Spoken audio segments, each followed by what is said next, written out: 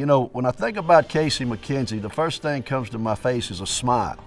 And I don't know how many people really know him like that. Most people don't know this, but Casey learned to box in prison. It was about survival. I'm the proud father of two beautiful daughters, Peyton and Chloe. Currently, I'm working with Merit Electrical as a business development assistant. Proud manager and booking agent for Paris County Line, which they are one of the most successful bands in Louisiana right now. Great group of guys, and Derek Shipley, Travis Hood, Trent, and Ross have been amazing to work with. And with the Baton Rouge Rougarou, it's kind of become a new thing. And we're really trying to do something in the area to bring something fun for the family to do over the summer. And it's good to see all the different ways that we cross-promote each other, and it's been a great opportunity. So Mckenzie I met actually when I was in college, when I was on the basketball team, and we had our front row lunatics. Casey and a group of his compadres, anywhere from probably 25 to 40 of them, followed us almost every game. And you know, LSU has had some crazy fans in its lifetime and in its existence, and Casey's one of those. The biggest thing I remember about Casey was we won the SEC, or clinched the SEC championship at Auburn. But that particular night, Casey Mckenzie put a cutout basketball on my head. It had the eyes, the nose cut out, and he put it on my head, and that was one of the highlights of my coaching career at LSU, to have Casey Mckenzie put a cutout basketball hat on me after we won the SEC championship at Auburn. So we grew up between a cane field and a cow pasture. Tipping cows was one of our hobbies growing up. So I've lost many times to my brother. There was one time I won. It's very memorable. So he used to hold me down, and Casey has the ability to let his spit drop 7 inches and then suck it back up. But this one time it fell and it landed in my mouth. I've never been that mad in my life. I chased him, he blocked every punch. I had a right-left combo, he blocked it, but then one slipped through. I caught him on the chin and he went down, completely out. And then when he came to, I wasn't sure if he was laughing or crying. My mom looked at me and said, "Caleb, run." I took off outside, and I sat outside in the cold, in the winter, in the snow of Back Bruley for 2 hours waiting for Casey to calm down. And that's the one time I beat Casey Mckenzie. Ryan Maranto.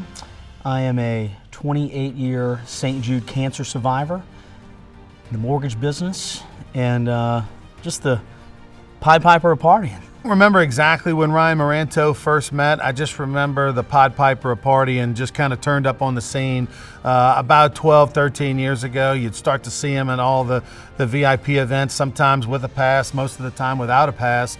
I've actually been in some bar fights with Maranto. You'd be surprised, he's a scrapper. Maranto, I actually met him about 15 years ago in a suite at an LSU game. This guy walks up to me with a velvet jacket on. And so we actually nicknamed him Little Velvet at the time. And he started showing up almost at every event that I was at, invited or not invited. And here we are 15 years later, and I call him a friend. I'm sometimes worried about Maranto. It seems he's a little more into the fashion aspects of this fight rather than the boxing.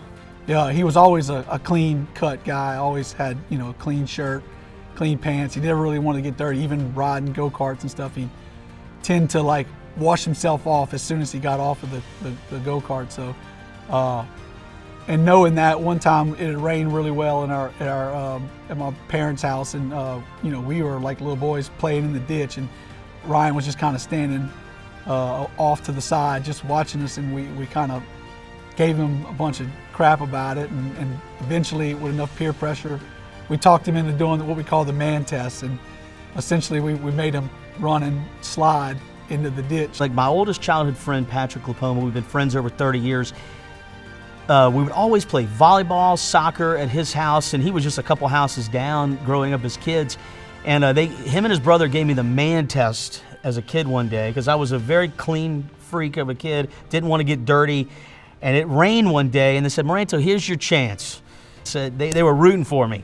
So here I go, and running and jumped on this boogie board, and I was covered literally head to toe in mud. And I don't think I've ever seen anybody laugh so hard in my entire life than these kids did, watching me officially pass the man test.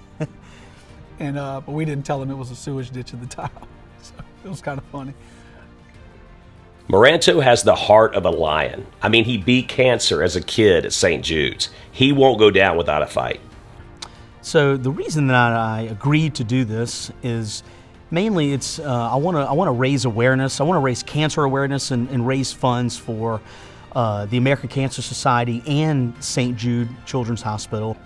Hey, I think this is a great event. Not only something to do in January, but the causes. I mean, the Louisiana Sports Hall of Fame is a beautiful facility in Natchitoches, keeping the recognition of sports history in Louisiana. St. Jude's, Dreams Come True of Louisiana, which helps a lot of charities right here in Louisiana, all great causes.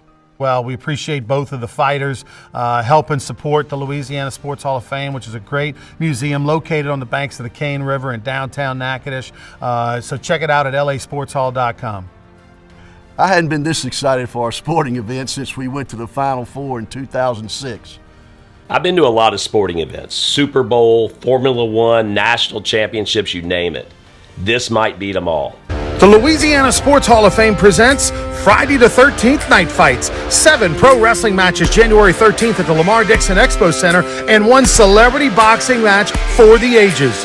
Pro Wrestling 225 and Gulf States Wrestling will feature 7 matches, 4 of which will be for championship belts. All the proceeds to benefit the Louisiana Sports Hall of Fame Foundation, Dreams Come True, and St. Jude. Get your tickets now because the main event, Glitz vs. Grits, will take place immediately following the wrestling, featuring Casey the Rougarou Mckenzie. From back Bruley, no career wins, but no career losses. And he will take on Ryan, the Pied Piper of partying Maranto. He's never won a fight. He's never lost an after party. Get your tickets now. The Louisiana Sports Hall of Fame presents Glitz vs. Grits, January 13th. Get your tickets at lasportshall.com. That's lasportshall.com. And special thanks to the following sponsors: